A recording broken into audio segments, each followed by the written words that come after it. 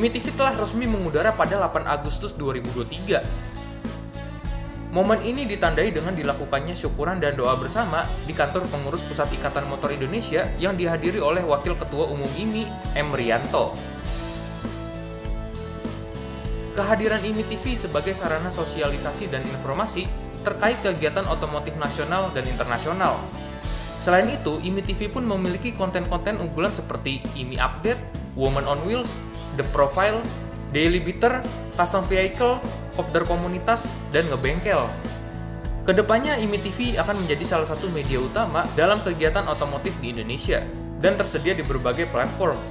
Diawali dengan IMI TV di platform digital YouTube, disusul free-to-air dan OTT.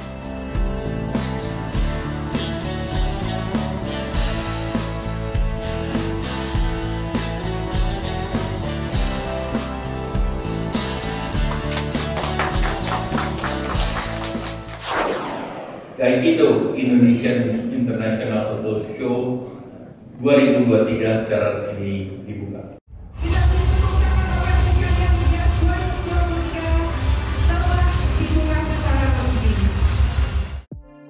Halo Sobat IMI TV, kali ini gue berada di pameran otomotif terbesar di Indonesia, yaitu Gias 2023. Nah, di Gias kali ini bakal banyak banget mobil-mobil yang ngeluarin produk terbarunya. Kemudian tema Gias kali ini adalah Future Now, jadi bakal banyak mobil listrik yang akan launching di Gias ini. Penasaran mobilnya apa aja? Mari ikut terus kegiatan gue.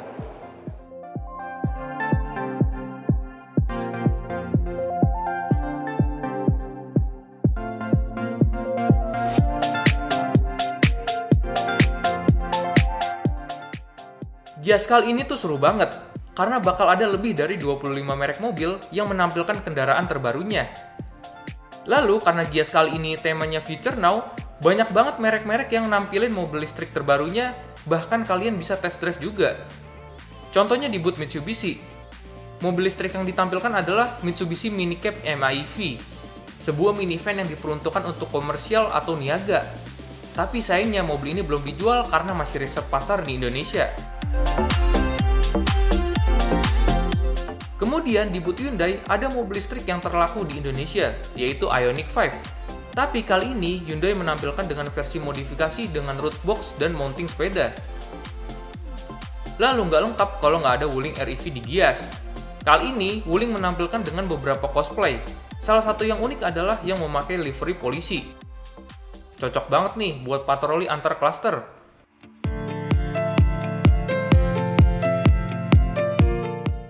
Di merek DFSK, akhirnya mereka mengeluarkan mobil listrik mungil yang bakal menjadi pesaing Wuling REV, yaitu Ceres E1. Karena penasaran, gue langsung test drive aja. Nah, sekarang gue lagi test drive Ceres E1, gue penasaran banget apakah ini lebih nyaman daripada Wuling REV atau malah sebaliknya. Nah, ini kebetulan tenaga listriknya ini sekitar 30 kW, jadi gue akan coba tarik dikit ya.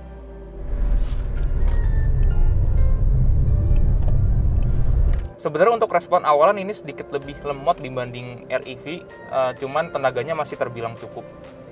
Nah, ini bantingan suspensinya nih.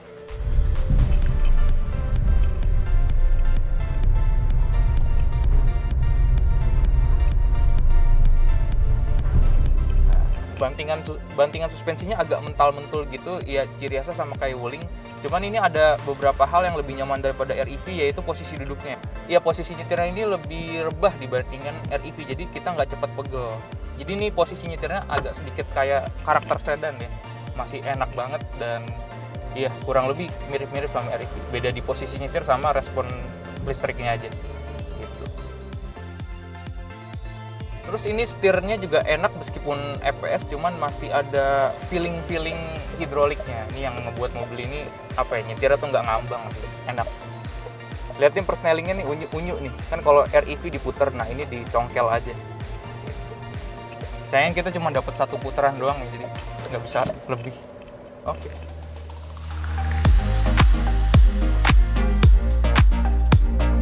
Selain itu, di booth Eurocars yang menampilkan Mazda dan Porsche juga memamerkan mobil baru mereka. Contohnya itu ada Mazda CX-60 yang baru aja launching Juli 2023. Nah, di sini menurut gua Mazda cukup berani ya, karena baru aja ngeluarin Mazda CX-60 yang harganya itu tembus 1 miliar. Sepertinya akan menjadi pesaing berat BMW X3.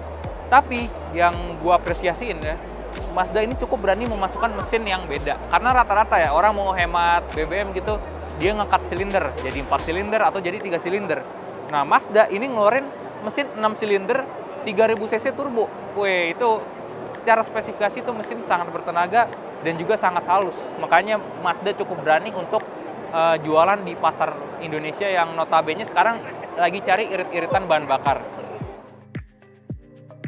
Dan di antara semua mobil yang ada di Gias, ini adalah yang menjadi favorit gua, yaitu Porsche 911 Dakar yang hanya berjumlah 2.500 unit di dunia. Ada salah satu mobil favorit gua di Gias, nah ini dia mobilnya. Porsche 911 Dakar. Jadi ini Porsche yang dikhususkan untuk off-road atau di luar jalan raya. Jadi mau lu ke gurun, mau lu ke lumpur. Nah, Porsche ini dikhususkan untuk itu. Yang uniknya, bentuknya sih kayak Porsche 911 biasa, sports car ya, yang bisa kencang di jalan biasa. Tapi untuk yang ini agak unik karena bisa dipakai buat off-road juga. Nah, spesifikasinya 4000 cc, dia pakai twin turbo, tenaganya 480 horsepower. 0 ke 100-nya bisa 3,4 detik dan top speed-nya bisa 240 km/jam. Selain itu, merek Subaru juga menghadirkan crossover legenda mereka, yaitu Subaru Outback varian 2500cc Touring Eyesight.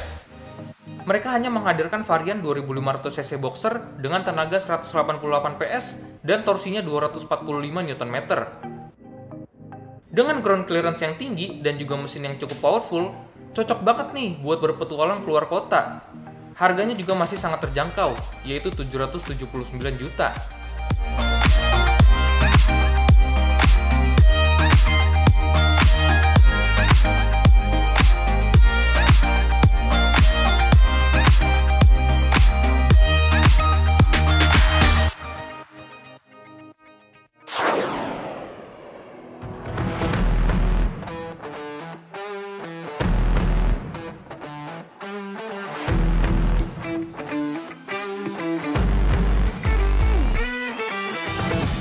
Kini VW One Max Race hadir lagi setelah lama vakum.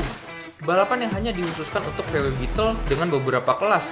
Contohnya itu ada 2 barrel dan 4 barrel. Sebelum mulai balapan, para pembalap harus melakukan qualification dulu, baru turun balapan yang digabungkan dengan classic car racing. Hebatnya, para pembalap yang ikutan memiliki usia yang cukup tua, namun masih sangat fit untuk mengikuti balapan ini. Contohnya ada Pak Maman sendiri, usia beliau udah lebih dari 60 tahun, tapi masih balapan menggunakan VW kesayangannya. Nama saya Maman Haruman dari Volkswagen Club Bandung. Kebetulan kita punya klub namanya Bosa Motorsport. Jadi kita berasal dari Bandung. Untuk seri ini ambil 4 kendaraan yang dari Bandung. Saya main di VW sebetulnya dari bujangan ya, dari tahun 84. Nah kebetulan kendaraan saya VW semua. Tahun 95 ada kejuaraan VW One Max Race. Nah, tahun itu saya mulai ikut balap di Sentul. Jadi ada namanya VW One Max Race.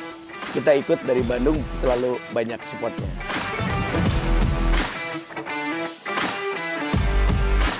Sebetulnya udah lama vakum ya di One Max Race. Jadi sebelum ini saya lebih banyak main drag race. Jadi VW Bandung larinya ke drag race. Ya sampai ke Bali, Surabaya, Jogja. Nah kebetulan seri 3 di ISOM ini, khususnya di klasik, itu membuka kelas VW One Max Race. Jadi kita mengawali, mensupport klasik ini supaya lebih banyak lagi VW-nya. Ya saya senang sih, saya senang. Sekarang sih bukan target juara, tapi lebih ke nostalgia. Terus banyak teman-teman. Jadi kita fun lah, di luar di track kita boleh bercanda, di dalam track kita bersaing. VW tuh nggak tahu gimana ya, saya hobi, terus unik, terus orang kan kalau mobil yang terbaru udah nggak aneh ya, pakai mobil baru kenceng nggak aneh, tapi kalau mobil tua, apalagi mobil VW ini tahun 73 kenceng, itu kayaknya ada kesenangan tersendiri, apalagi dicampur lagi saya hobi dari dulu main VW.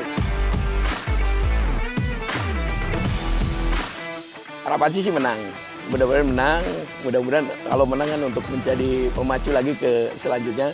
Tapi kalau tidak menang pun itu ya wajar lah. Kemenangan ada bonus saja.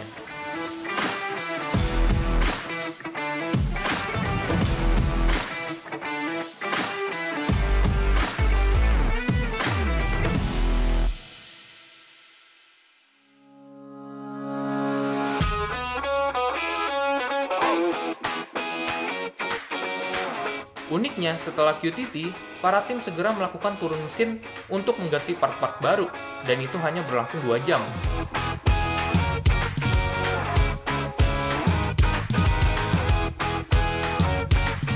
Kita di bidang motorsport, kita di bawah Volkswagen Racing Association atau VRA. Kita ikut di Classic Car Championship, cuman kita punya kelas tersendiri, OMR VW, One Make Race VW. Jadi khusus teman-teman ini ada 3 kelas. Ada single karburator, ada 2 barrel, ada 4 barrel, sama FFA. Yang unik sih, kita VW memang simple banget nih. Dari mulai kita turun mesin, mau ganti apa, berdua aja cukup. Bahkan seorang aja nggak ada sejam udah turun mesin tuh. Kita bongkar, kita siapin lagi, naik lagi. Jadi simple banget sih VW. Walaupun tua, kita tetap bisa ngebut. Kita bisa bersaing dengan yang lainnya. Kita mampu lah, kita mampu. Untuk persiapan, kita udah semaksimal mungkin. Karena pagi tadi kita udah melakukan QTT, jadi tahu nih kekurangan mobilnya atau apa. Kita punya waktu yang lebih lama karena start nanti jam 15.25. Jadi kita siapin yang maksimal, yang mau ganti part, ganti sekarang. Yang ada yang turun mesin, cepet banget kita 1 jam udah turun, naik lagi 2 jam selesai udah. Ya kebetulan di sini juga kita kan kekeluargaan, jadi bisa saling membantu.